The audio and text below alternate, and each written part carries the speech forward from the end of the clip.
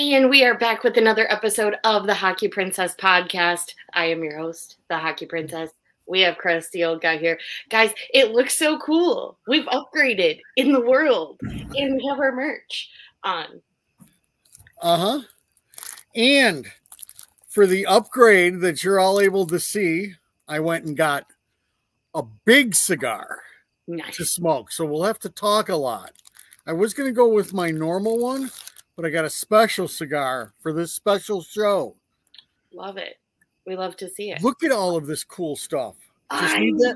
Just need that intern now. We're looking the part.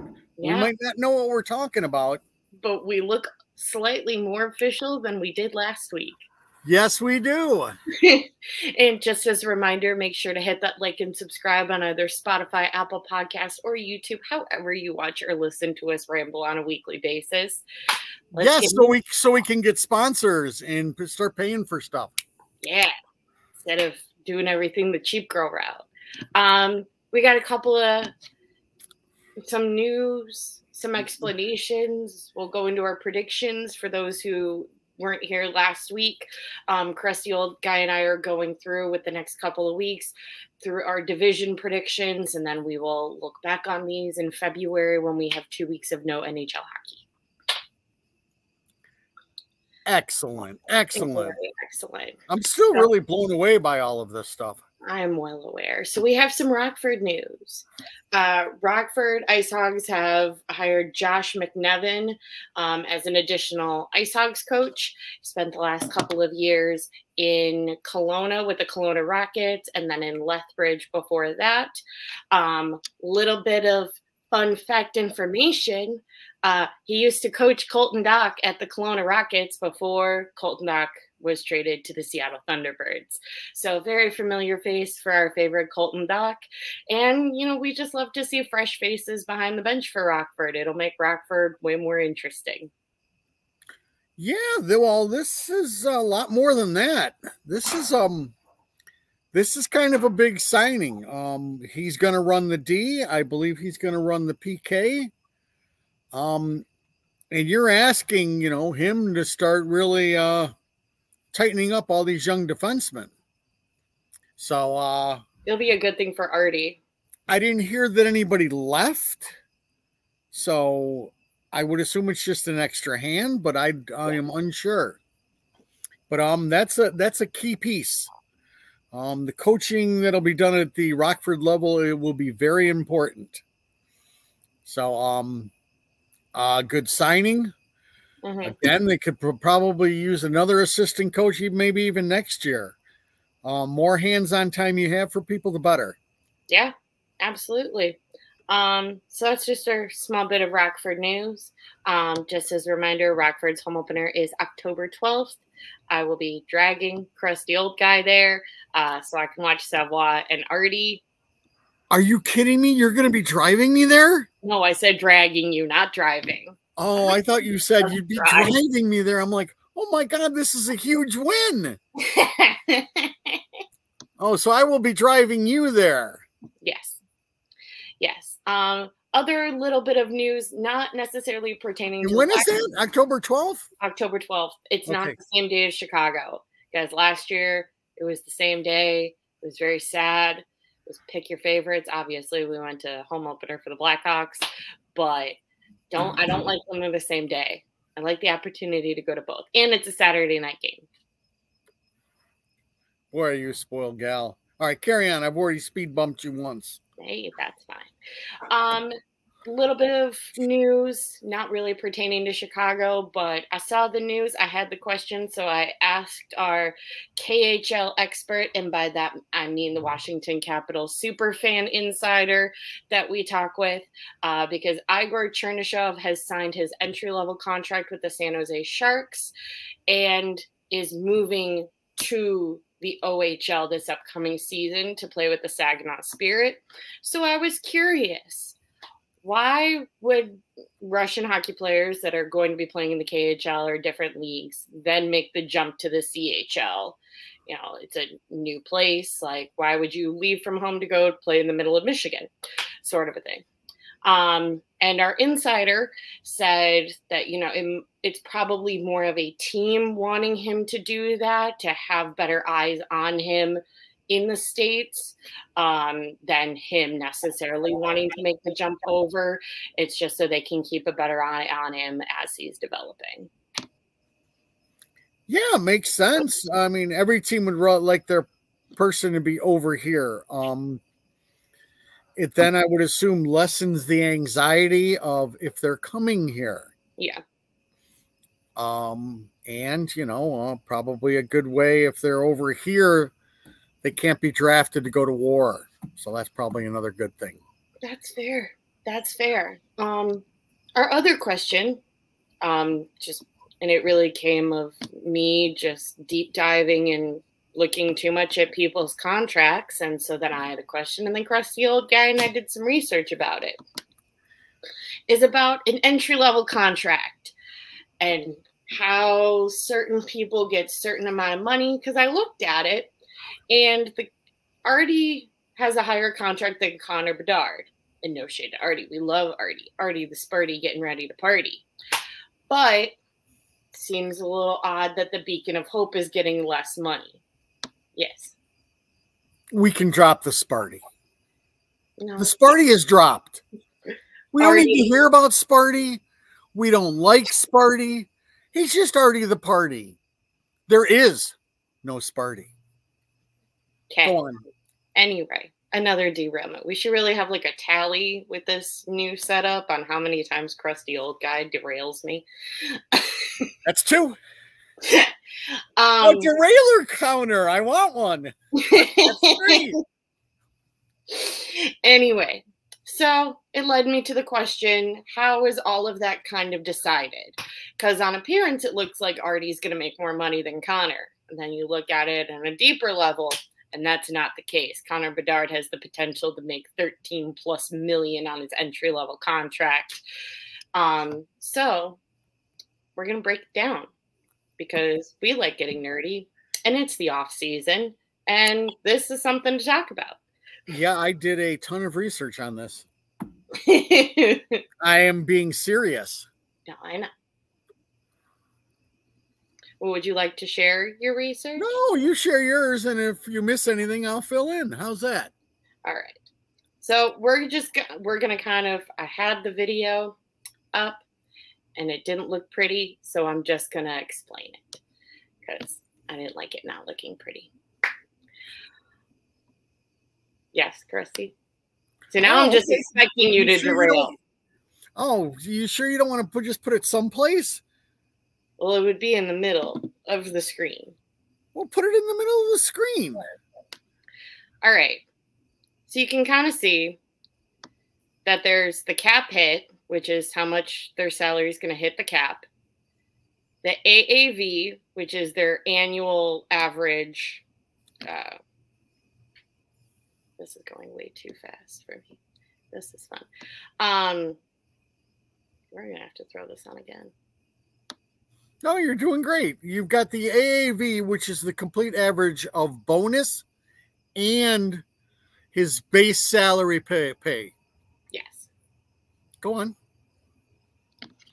So then you've got performance bonuses, salary bonuses. You also have what they were to make if they get on the wacky, weird off chance Beacon of Hope ends up in Rockford for some kooky banana reason.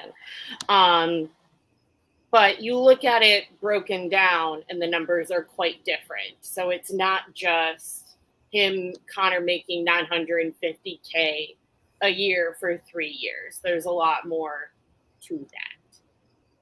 Whereas if you look at Artie's $975, but his AAV is less, and his bonuses are less, and his base pay is less. So, and his minors. Right, but his total salary is more. Yeah. So, in short, it really helps to just look at the full picture because sometimes it can be deceiving and contracts are confusing because numbers are confusing. What of your research would you like to share, Crusty? Oh my God, I've got so much. I know. Where would you like me to start? Okay. First, we can discuss how this affects the salary cap. What I found out is there's two kinds of performance bonus contracts. One is your entry level contract, which is Connor Bedard, Artie the Party. The other one is your 35 plus bonus contract. So if you're 35 years old, you can sign a $1 million contract and then have bonuses put in for like another 4 million. Those are the only people that can do that. You have to be over 35 years old or entry level contract. Also, each team gets 7 3/4% that they're allowed to be over the cap if these bonuses are met. So that's like Connor, I believe, met a couple, but it won't carry on to the next year because they were able to put it all on this year's tally. So if they are over the cap, they could still be over the cap after all of the performance bonuses hit. They could be even over by 7 3/4. And what that does, it rolls over into next year. So say the Hawks all of a sudden are up against the cap next year and Connor hits a bunch of his bonuses. There's the possibility of like 2 million having to go to the following year from his bonuses.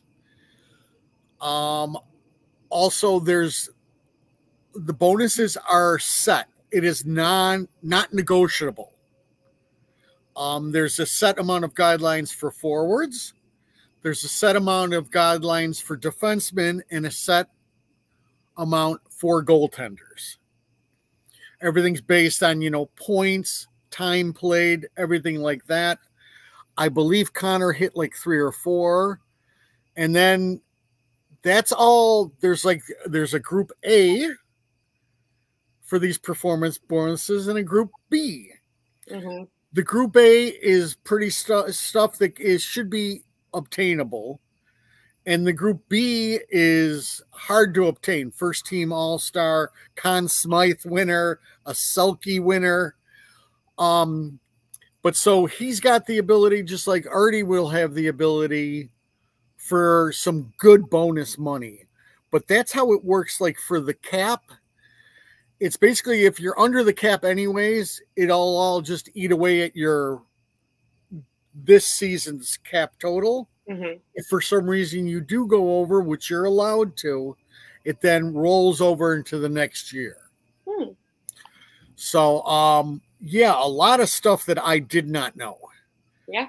The only thing I wasn't able to find out is, so like Artie's base salary is $975,000. Yeah. Connor's was $950,000. That's the max they can get.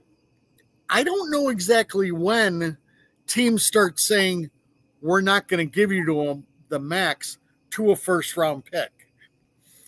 I don't know if that's everybody in the first round. So maybe I'll attempt to do 16? Maybe it's like top 10, top 16. Because I would imagine that if you're bad enough to be in the lottery, you have the money. Yes, I would assume so. Hold on, you're not in cap hell.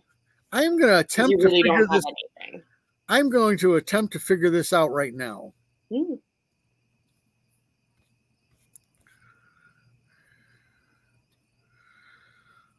Okay. Now, Frank Nazar was signed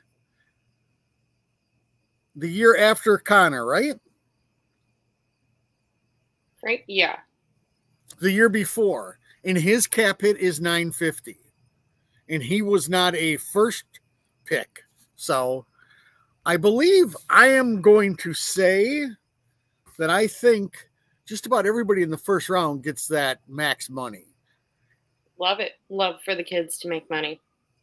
yeah, I don't think you want to all of a sudden be haggling with the 20th pick and say, we want to cut you by 50 grand.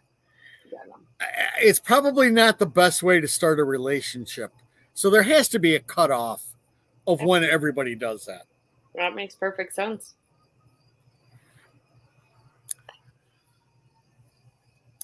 Okay, did you find anything else out about it, or I think I might have more?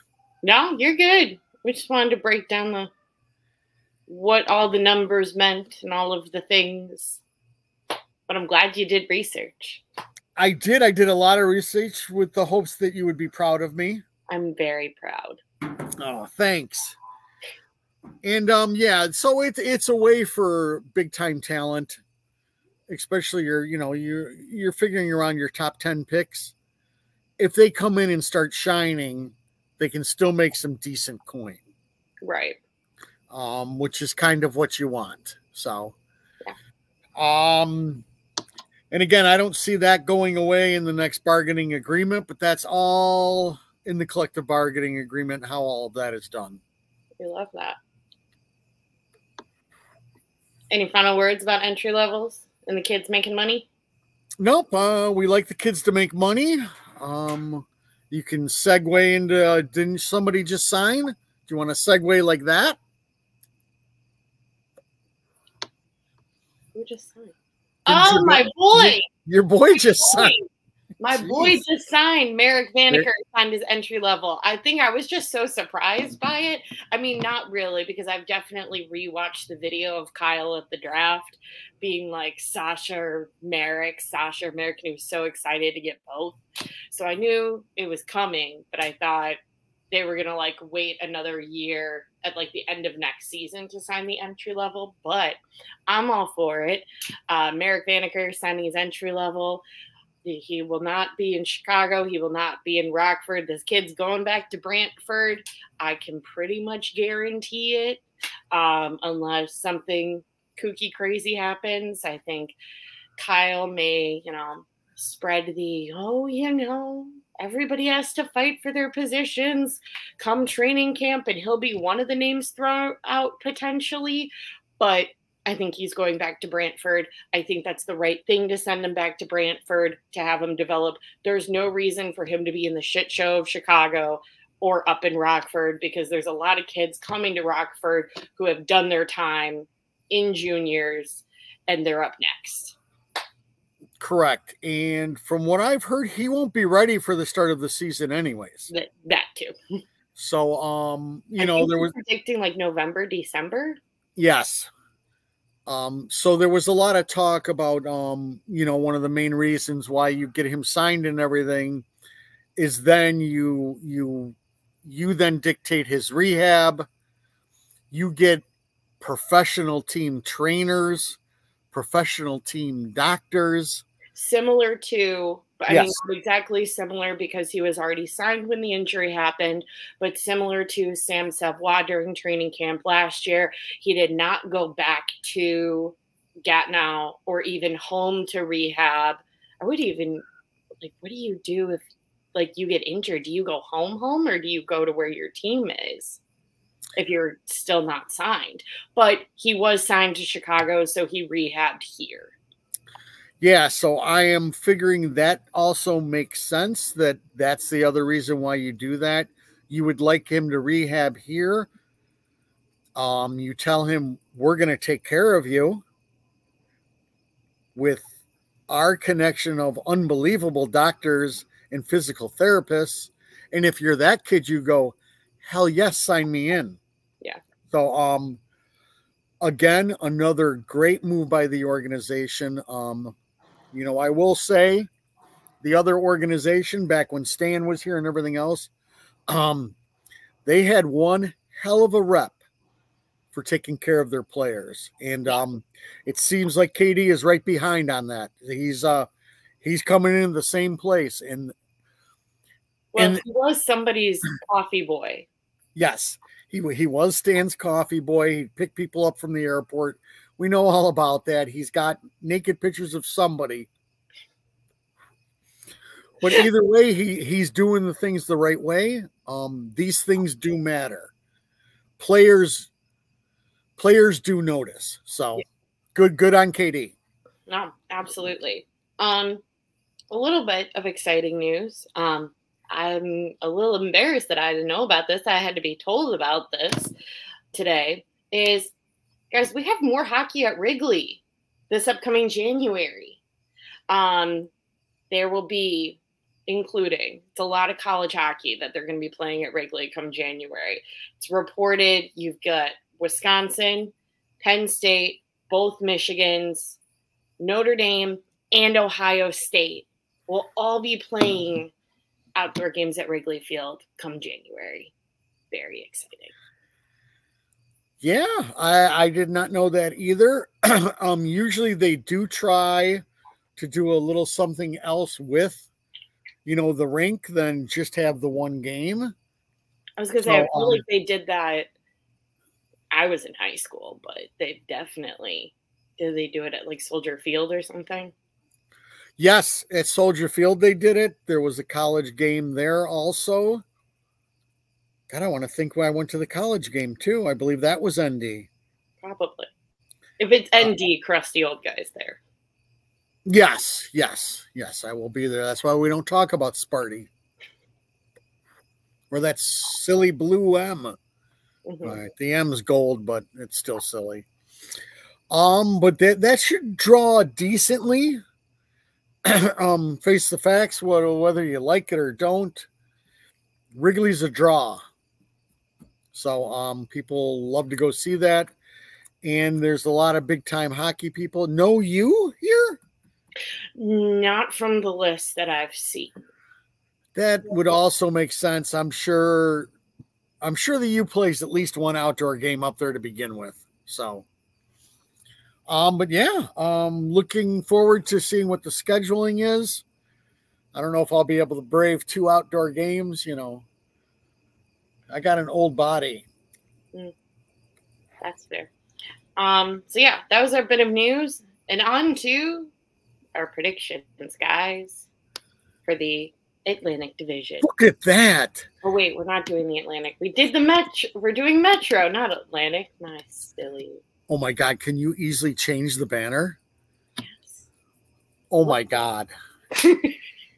This is, like, unbelievable. I still have to. We're not used to this being this cool. Are you going to be able to pop up and show them the Metro Division too? Not this week. We'll do it. We'll do it for the West. All right. Enough stuff. You can't do that for me. I need to figure out all the teams. Well, you can use the text message that I sent you with my prediction. Oh, yeah. I'm going to start with the fact that, guys, compared to the Atlantic, Metro is kind of a mess. So, yes, I'm going to throw out my predictions and I'm going to throw out my ratings, but I'm going to be really honest. The Metro as a division just is nowhere near what the Atlantic is going to be this season, in my opinion. You got a lot of teams going through rebuilds, a lot of teams having major WTF moments, as I would like to say, particularly Pittsburgh. I don't know what's going on. There's a lot of confusing things. And so I think, yes, we will rate, but I think the Atlantic is still so far superior to the Metro going into the year. Okay. I am just finishing up putting my people in order. Shall we start with the last? You can start with the last. I'm sure we have the same last. The Columbus Blue Jackets? Yes. I believe they are similar to Montreal, in my opinion. They are getting pieces, but guess what? Everyone in your division is also getting pieces, and they're already starting at a higher level than you are. So it's going to take a lot for Columbus to, climb through the rankings of the Metro Division and even the Eastern Conference. But, I don't want to crap on them completely, but I definitely do think they are missing quite a few things. I think they've got some young, exciting talent coming up in the future, but it's going to be a considerable amount of time before we see them anywhere near playoff contention. Yeah, I've got the Jackets the same way. I don't know if Denton Matachuk will make the team or not, but at worst he'll be in Cleveland, and then ready to hopefully get called up during the year. With the other Rutu. Huh? With the other Rutu. I just thought I couldn't bring up his name. Even if it's the brother, I can still do it every week. Yeah, they've got some pieces, not a ton. Let's see if I can even see where they grabbed Shane Monahan. That's it. Hoping, that he rekindles with Johnny Hockey to where Johnny Hockey can remember how to play hockey. They're not a terrible team. They, I am sure, will not get over the loss of Adam Boquist. So I think that'll really set them back. People told me he'd be a, Norris winner by now. Guys, you should have seen Crusty, old guy, during that draft year. I don't think I've seen him more upset at the TV than when they take Adam Boquist. Well, then we'll put it in context for your listening audience and your viewing audience that is seeing all these great graphics. If you watched any of the playoffs last year, the player you could have had was Evan Bouchard, who was like number 5 in scoring, and he's a defenseman for the Edmonton Oilers. You could have picked him. Go ahead. What up? And you probably would have let him walk for nothing during this rebuild. No. Maybe they would have brought him in right away and ruined him too. Okay, let's move on. My next 3 honestly could go in any particular order because I think they're a little bit of a shit show at the moment. But I've got yes. Go on. I forgot a team. Oh my goodness. I'm gonna preface with, yes, I know Sid the Kid is on this team, and I know he does have the ability to carry the entire team on his back. I am well aware of this. I lived in Pittsburgh during their back-to-back cup runs. But I think that is it. I don't know what Pittsburgh's doing. I think the loss of Jake Gensel is definitely going to affect them. Maybe not throughout the entire season, but I definitely wouldn't be surprised if I see Pittsburgh doing like an Edmonton slump at the beginning of the season where they just have a really hard time getting their footing. But I think it definitely lasts longer than Edmonton's slump. I just think they have some pieces. I don't think it's enough. And I really don't know what Kyle's kind of going at with Pittsburgh. Well, I can tell you what Kyle's going at. He's dealing the hand that was dealt him. Yes. Which was the hand that was dealt him was Malcolm and Letang were re-signed. And you're going to re-sign Crosby, which means you are going to try to place as high as you can the next 3 years. He is trying to piece together some kind of shit show to get into the playoffs and make some noise. That is a very tall ask. I have Pittsburgh a lot higher than you. That's fair. So I can do my Pittsburgh talking, later, or how do you want to do this? No, who do you have 7th? 7th, I have the Philadelphia Flyers. Oh no, I've got Mitch. I've got way more faith in Mitch Koff. Yeah, I'm really looking forward to the whole Cold War starting. The first time Torts takes Mitch Koff off the ice for something that he did, and watch it snowball after that. It's going to be awesome to watch. Again, Philly played way over their heels last year. Mitchkoff is going to be an exciting player to watch, but they're still pretty far away. Yeah. They don't have much in net. There's a lot of hope. So you've got Konecki, who I love as a player. I mean, but you brought in Ryan Johansson maybe to be your second line center, a Morgan Frost that I believe will be dealt before the year is out because he can't see eye to eye. There's just not much there, and defensively, they're pretty much a mess besides Drysdale, who they picked up. And you have Ivan Fedorov or Samuel Urson as your goaltenders. I think things aren't going to go as well as they did the beginning of last year, and I think it's going to be beautiful to watch. It's going to be so entertaining. It's really going to make me giggle. So, that was the team I forgot. And granted, I could see them moving up, but then again, I look at their defense and I look at their goaltender and I'm like, there's a ton of ifs. I mean, I think they're looking at Draisaitl being their top pair defenseman. That's a little rough sauce for a young kid. So that's who I had at number 7. Yeah. Well, Philly is who I have at number 6. Okay. Similar, but and like I said, I think 5, 6, and 7, I could see in any which way. I'm just going off of who I've got beef with and who I don't at the end of the day. But 5 through 7, I can really see anywhere because I think there, like you said, there's a lot of ifs.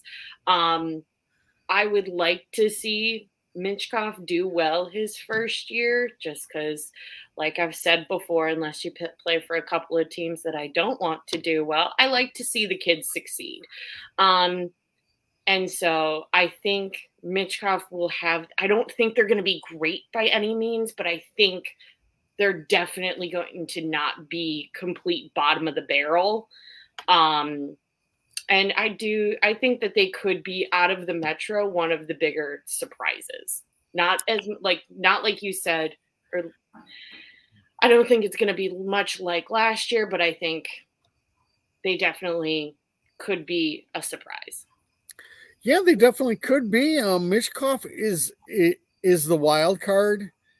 He's also the wild card for that whole team. I mean, he's been the wild card since the draft. Right. And I just, again, I've seen how much Torts suffocates individual talent. And it's a recipe for disaster. I definitely agree because I'm not a Torts fan. But I think Danny Briere needs Mitchkov to do well with the Philadelphia Flyers. Otherwise, you have nothing. You've cooked up all of this with the draft being the one, like you were the one person to have a conversation with him. You drummed up all of this fluff. You're carrying his bag through the airport. You have a game plan to have him be your guy. And I definitely could see Danny Briere prioritizing Mitchkov over Torts. And at the end of the day, I think he could, kick Torts to the curb to preserve Mitchkov. Oh, I definitely agree that that's what will happen. Then again, I mean, I like Torts. I like his honesty. I like how straightforward he is. I don't like the fact that to make such a defensive shot blocking machine out of people, it's difficult when you have a superstar. He doesn't need to be doing that. That's how you get people banged up and they can't finish the year, which is what you saw from your team. So maybe Danny sits him down and goes, listen, he needs to be given some slack. However, you need to figure out how to work that. You work it. I think it would be very beneficial for both sides. Yeah. But still, again, they're a team with not a ton of talent. Again, Konecki, I love the way he plays hockey. And what is it, Sean Curtoday or Sure. Kira? That is. God, I'm terrible with names. Sorry. He's coming back from injury. They have a couple others coming back from injury. They've got Ratcliffe also coming back from injury. And again, Morgan Frost is a very good player. I am hoping he is in Tort's doghouse by the second month. Mm-hmm. And then I want Katie to start working it because I want Morgan Frost. Mm-hmm. Who do you have at 6? At 6, I was figuring I wouldn't have this team here, but it's the Washington Capitals. Wow. I've got them higher. Because I don't know where else to put them. Hold on, now I just lost them. So give me a second there, Hockey Princess. But I mean, just like you talked about the Pittsburgh Penguins, that is also your Washington Capitals. They are tied to the grade 8, and they are going to attempt to make this work as well as they can while the grade 8 is chasing Gretzky's record.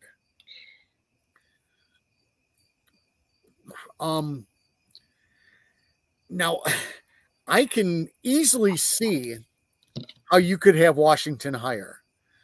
I mean, we know we've got the grade 8. They have Pierre-Luc Dubois on his 4th team in 4 years, but who at times is an unbelievably good hockey player.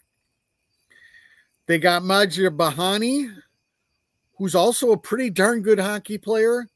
Dylan Strome, who has the ability to always play with talented players. I understand why you probably put them higher, is because they did pick up Taylor Radish. So I'm sure that was the tipping point for you. But again, they're going off Charlie Lindgren, who played okay last year for them, and they're hoping maybe Logan Thompson comes in. But again, they don't have the defense in front of them.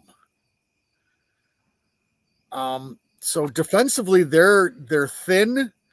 Offensively, they can put together 3 lines. For me, it ended up, I had to put somebody there. Yep. And I figured them. And when I originally started thinking about this division, I thought I was going to have them a lot higher because they have the ability to move up in this. Yeah. For sure. Because there's enough talent there. And if all the talent starts clicking, they could make some noise. So we'll see. Yeah. 5. Who do I have? I have our New Jersey Devils. I don't think that they're going to be amazing. Because I think they definitely still have holes that they are missing. And there's definitely key pieces that they don't have right now. I think they are going to do well. I think they do have the potential to jump higher. But yeah. Hold on, let me pull up New Jersey actually really quick. You go ahead and pull up New Jersey because I'll talk plenty about them. Well, you love New Jersey, so. I do.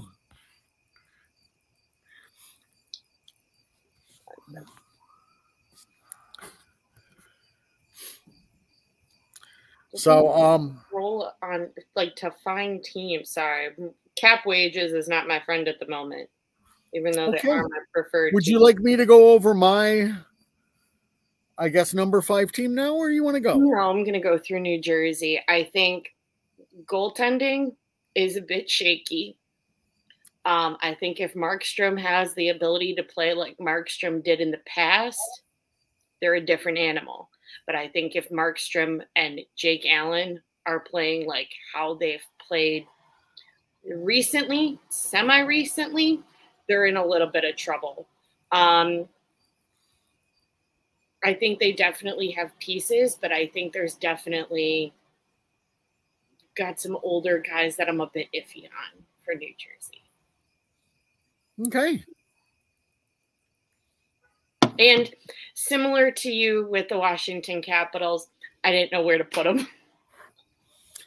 Yeah, there ended up being a lot of that in the Metro, where I just was Which unsure. is why I prefaced with before, like, the East is pretty competitive, but I think primarily it's the Atlantic. Yeah, so I've got the New York Islanders at number 5. Also because, I just don't have any faith in Patrick Roy. I see him being there all year trying to ride this team and it not working out either. Again, they have one of the better goaltenders in the league, and that will cover up a lot of their blemishes. But at the end of the day, they are going to struggle to score goals. They have Matthew Barzal, who can create things on his own. And that's it for this team. If you look through their lineup, the only other player that can create for themselves is probably Anthony Duclair, who they just signed. Bo Horvat is a grinder. Andrus Lee, grinder. Brock Nelson, grinder. Palmieri, grinder. Prajay Jean Gabriel, grinder. They all need this whole big team thing. I just think it's going to be too much for them. They have a decent defense. They've got Noah Dobson, who is a phenomenal right-handed defenseman. But after that, they don't have a ton of D. So they're gonna start this year, and their game plan is to go and win games 2-1. I just think it's a tall ask all year. And again, if they can get into a groove, again, they might move up. But I worry about a team who's only got one guy who can really put the puck in the net with good regularity. Mm-hmm. So that's it on the Islanders. Number 4, I have the Washington Capitals. Because at the end of the day, number 8's going to get the job done. I also, yes, to all the points that you made, they have a few pieces, but they've got a couple. I think the difference between Washington and Pittsburgh that I see right now is Washington has younger talent closer to the Washington Capitals than Pittsburgh does. I don't see Pittsburgh having a ton of young pieces unless I'm completely oblivious. I could be completely wrong. It might just be that I talked to our Capitals insider a little too much, so I'm familiar with the pieces that they have in the pipeline. But your Connor McMichael and your Hendrix Lapierre you should not count them out for the Washington Capitals. Lapierre is so infuriating to watch in the best way possible. He is a heck of a hockey player, and he's only 22. You've got, like I said, Connor McMichael, Sonny Milano, who's only 28, big fan. And you also have Ivan Miroshnichenko, which I'm not entirely sure if he's staying up in Washington or if he's going to Hershey or if he's going to stay in Washington for a little bit in the beginning of the season and then go back down to Hershey. I think from what I've heard that they want him in Hershey a little bit just to do a bit more developing, which I'm a fan of because I think Hershey operates at a completely different stratosphere than most of the other AHL teams. So I'm fine with that, but I think they've got a lot of younger pieces that, they're not going to be perfect, but I think they have the potential to do more damage than Pittsburgh. Okay, that was an excellent segue because it goes right into who I have at number 4, who is your Pittsburgh Penguins. Um, Main reason is Sid gets it done. Sid doesn't let things fail. Granted, they haven't made the playoffs in 2 years, but they got awfully darn close. And that was because Sid still has the ability to put a team on his back. 95 points last year, almost 40 goals with hardly anything around him. They did get Michael Bunting, who is a very good hockey player that I like. They got him for Getzel along with the draft picks. I believe you are correct. As far as younger depth, Washington has them beat. What this team looks like if they get some injuries, yeah, but Sid just finds a way. Defensively, I think they're better.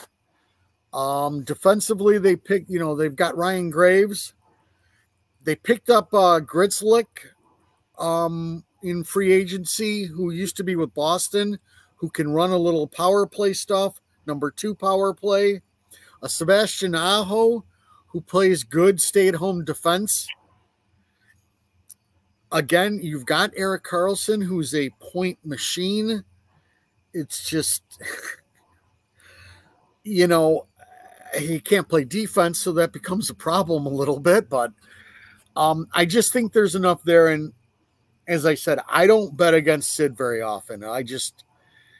He just ends up getting the job done. Now, will they make the playoffs? As we talked about last week, I really think there's going to be 5 teams from the Atlantic, which means they still wouldn't make. But it'll be interesting. It'll be really interesting to see where Pittsburgh, the Islanders, and Washington are at about Christmas time. Yeah. Perfect segue to who I have at number 3, which is your New York Islanders. I do not have the anger and the grudge towards Patrick Waugh like Crusty does. I don't think he is the end-all be-all. Don't get me wrong. He's definitely not my favorite coach by any means. And like you said, yes, they are definitely lacking in some departments, especially with scoring goals. But you mentioned all the guys that are grinders. I feel like that's the Islanders, that's their thing. They are the redheaded stepchild of the New York Rangers, which is a goal-scoring machine. That's not them. I don't think it's been them for a very long time. I think, they still have the ability to win by being a grindier, grittier team. And at the end of the day, I'm not going to count Sorokin out. Like you said, he is going to take care of a lot of messes for the Islanders. But I think this is definitely this is what they do. They're a grindy team. And I think I definitely could see them, going down a bit. But I definitely do think that they make the playoffs. Okay. And I can't really disagree with any of that. It's a little bit boring hockey, but do they have the ability to win a lot of games? 2-1, 3-2? Yeah. Yeah, that man's that good in net. Their forwards are very good defensively, which covers up the fact that their defensemen aren't very good defensively. Once you get past Dobson, it's a little iffy. But I have the utmost confidence in a coach that quits on his team a month before the season starts, that when things get hard, will also mail it in, throw his temper tantrums, and be done. So that's all I can hope for. Gosh, I think we should do an entire episode explaining the story of Krusty's grudge with Patrick Waugh. We can't. I think we've talked about it before. I don't have a problem with what Patrick did when he left the Canadians. He got left in a game way too long and was sick and tired of the coach. Yep. And after he gave up the 7th one, That was it. And then Yeah. he went on to Colorado and did great things. Yeah. I do have a problem when you quit on a whole team a month before the season starts, though. Yeah. Just because you didn't like what your general manager was doing with the team. So right now, after the playing career, that general manager has 1 cup. Patrick Waugh has 0. So, I know most of the league would love to see him shine as a whole redemption thing. It'll be great for NBC and ESPN and whoever else. For Crusty old guy, he'd like it to be one massive train wreck. So, all right, sorry. You're good. Who do you have at 3, Crusty? I think I have an idea. Yep, especially, if he gets signed, you have Dawson Mercer and your New Jersey Devils. Now, are the Devils going to start being like my Ottawa Senators? Maybe. Gosh, I hope not, because I like Jack Hughes way too much for it to be like that. But just listen to this lineup. At 23 years old, you have Jack Hughes. At 27, Timo Meier, who's an unbelievable hockey player. At 25, Nico Hischier. That's 3 top 40 players. At least I would go even top 30.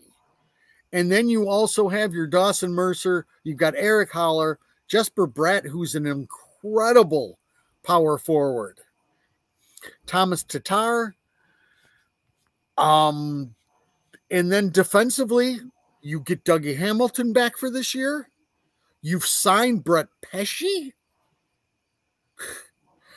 And you have Simon Nemec, who will be starting his with the big club. Those 3 are 3 right-handed defensemen. Not to mention you have Luke Hughes. We love the Hughes. So look at those top 4 D-men are Dougie Hamilton, Brett Pesce, Luke Hughes, and Simon Nemec. And if you guys need to remember, he was about the number 4 pick. Yep. They are stacked. I have faith in Jacob Markstrom. Mm-hmm. And Jake Allen is a perfect backup. This team is ready. This team can do so much damage, it's not even funny. I'm pretty sure that's what they said 2 years ago. Not 2 years ago, but they said it last year. And they got off to a bad start, and then it was a goaltending issue. And they had no faith. I'm telling you, this is the team that is going to gel. Could they go higher? Heck yes. Right. It's a lot of young talent. The only one who's got any miles on him is Dougie Hamilton.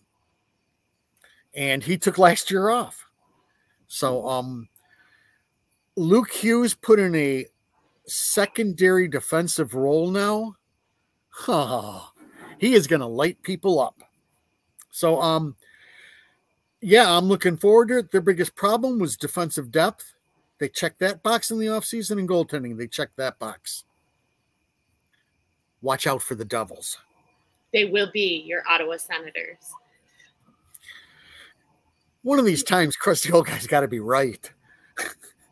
He's got to be right. All right, so I have a feeling our number 1 and number 2 are the same. We've disagreed on every other aspect, aside from the Columbus Blue Jackets.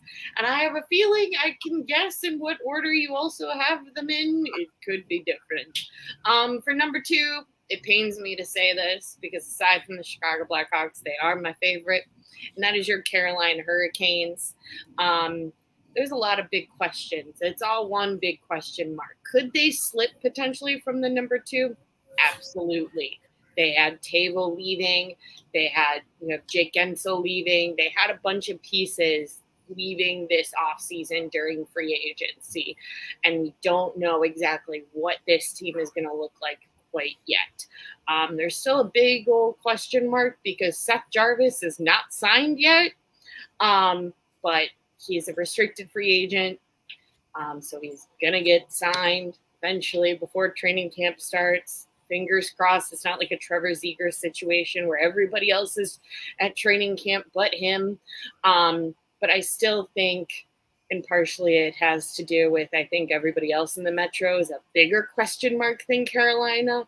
So I think they will make the playoffs, not necessarily by default, but because even with the pieces that left them this offseason, they're still one of the better teams. They had that much depth. And yeah, I'd like to see Kuchikov do well because he's kind of a nutball. So yeah, I've got Carolina at number 2. I really don't know what else I need to say about Carolina. You basically summed up everything perfectly. I thought I would have them lower, but you can't because of, you know, the people that left. And at the end of the day, there's still just too much talent there. That is important, guys. It's a power packed lineup. Seth Jarvis is gonna get paid. I would assume they would like to do maybe only 5 years. They would like to not pay him more than Svechnikov, who's making 7 3/4. But he's going to get more than Nashis. We already know that they like him more than Nashis. But this is his first contract off. So maybe they're able to get him at 7 for 7. And then I think they pull the trigger. There'll still only be $1 million. They'll still be $1 million under the cap if they do that. It's a power pack lineup. It's a power pack top 2 lines. They can hurt you from everywhere. And then their third line is probably as good as anybody's. I mean, geez, you have Jordan Stahl, you have Roslovic, you have Kokanemi. It's just their third line would be better than the Hawks' top line, I believe. Yeah, probably. And you know, they lost Brent Pesce, but they got Sean Walker, who's a very good defenseman and can play from either side. They also signed the Ghost, who will work for their, you know, second power play. Brent Burns is Brett Burns. He's still going to do damage. He's still going to do damage. He's good defensively. Jacob Slavin, we know, is unbelievable. And Orlov is a very good. So they're stacked there. That leaves us with their only problem area is, can Freddie, now at 34, still kind of get it done? And if not, can the crazy man come in and lead this? And as we were going through all of this, I kind of figured out, at least with my rankings, what I did. I have an unbelievable amount of faith in Rod Brendan-Moore, and I don't have faith in Torts or Patrick Waugh. And that's the difference. There's so much talent there, in the way that Rod gets his team playing and going. It's basically similar to Florida. Everybody has to earn a point, and they have to play their asses off to get 2 points. Yeah. That doesn't change. So as much as I really thought I would have them lower, they're still my number 2. We can't. Number 1, New York Rangers. Because first and foremost, Igor Shesterkin. That helps most of their postseason, most of their regular season, similar to Sorokin, but on a bigger scale. I think he is going to help clean up quite a bit if they do go through a bit of a slump, because he's basically just a wall back there. I think, you know, like I said, they pieces went away, but similar to Carolina, they still have a decent amount of depth, that the talent's still there.